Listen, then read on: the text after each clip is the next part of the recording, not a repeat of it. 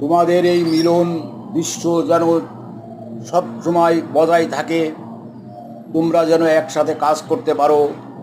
প্রিয় গ্রামবাসী, সকলে মিলেমিশে করি কাজ, হারি জিতে নাই রাজ।